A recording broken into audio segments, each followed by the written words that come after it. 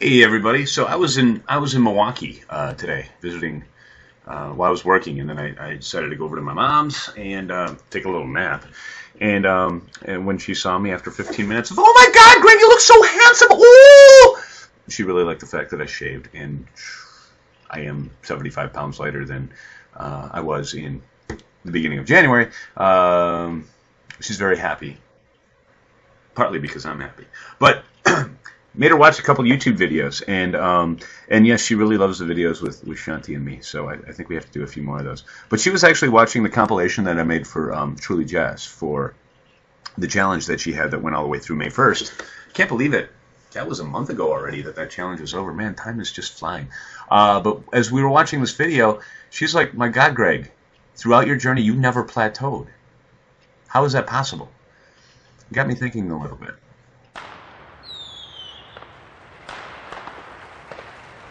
All right, I'm just kind of going to talk as I normally talk. Never ever, anything is ever scripted, so I hope I make sense.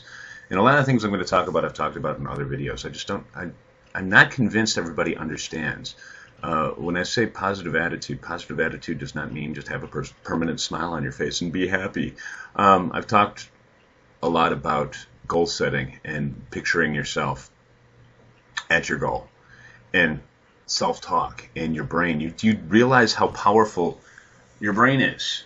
How powerful your brain is. You tell it to do something and it'll do it. But that's the problem. We tell it the wrong stuff too much. And I've come to the conclusion, or I've decided in my head, I don't know if it's absolutely right or not, but the success I've had to do with positive attitude. When I think about positive attitude, I don't just think about, yeah, bad stuff's going on, but I'm going through it with a smile. No, that's not what I mean.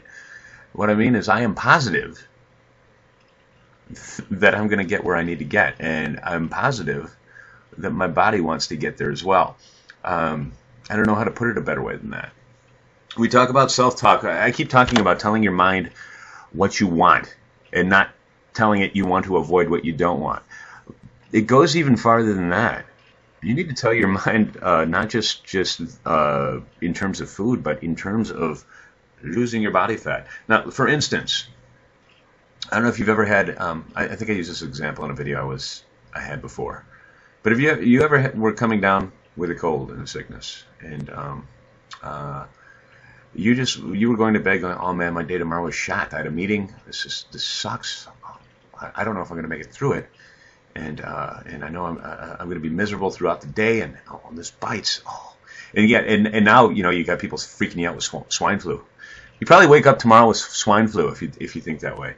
If you get so obsessed with your health that way, your brain will make it happen. It will.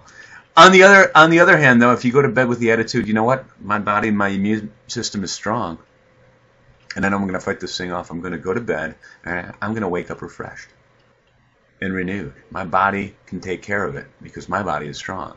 You go to bed thinking that. How do you think? What do you think the difference of the next day is going to be? It's one of the things I do. I've not had a sick day of work in, God, like 10 years. It's kind of always the attitude I've always had. And probably because I haven't had a sick day in 10 years, every time I'm coming down with something, my mind just knows it. And so momentum from there. Also, that was the other thing. I remember when I did the 7,000 calorie challenge I gave myself. And I was talking to Shanti, and I'm bringing this up again, but I know a lot of you probably haven't seen this video. And she told me that week, you're going to lose either a lot of weight or a little weight. And she's like, because your body may want to try to hold on to its energy, to hold on to its fat, because it's not used to you putting it through what you're putting it through. And I'm like, oh man, Shanti, you might have sabotaged me there. But no, as you know what I do when I work out? I'm actually thinking in my head, my body is releasing fat right now because it wants to get rid of the fat. My body is releasing fat. My body is releasing fat. And every time I'm about to get on my scale, when I do my weekly weigh-in, my mind is, I'm going to lose weight. I am going to lose weight. I haven't had a gain. I have not had a gain, and I really believe it has to do with my state of mind. You can do everything right, but you can still sabotage yourself. Every time, excuse me, every time that you think to yourself, oh, I can't do this, or my God, I didn't do this right, and I might gain this week or whatever. Or even if you've deviated from your eating plan, and you know what, eating something wrong does not mean you binged. A lot of people use that word so loosely. I binged. I binged. How do you think your body's going to react when, you know what, I had 3 pieces of pizza, that means I binged? No, it just means you had made a bad choice. You use that word binge, and your body will want to sabotage. Your brain makes it happen. Trust me on this. It does. It does.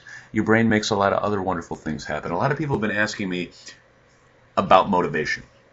Motivation. How do you stay motivated? And unfortunately, there isn't a one-size-fits-all attitude or answer. I mean, I always throw the question back at you. Well, what motivates you?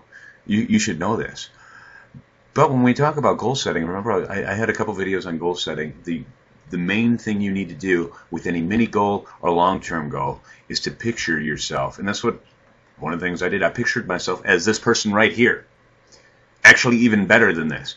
And you have to put yourself in that state of mind and get the feeling in your head that you would get as that person.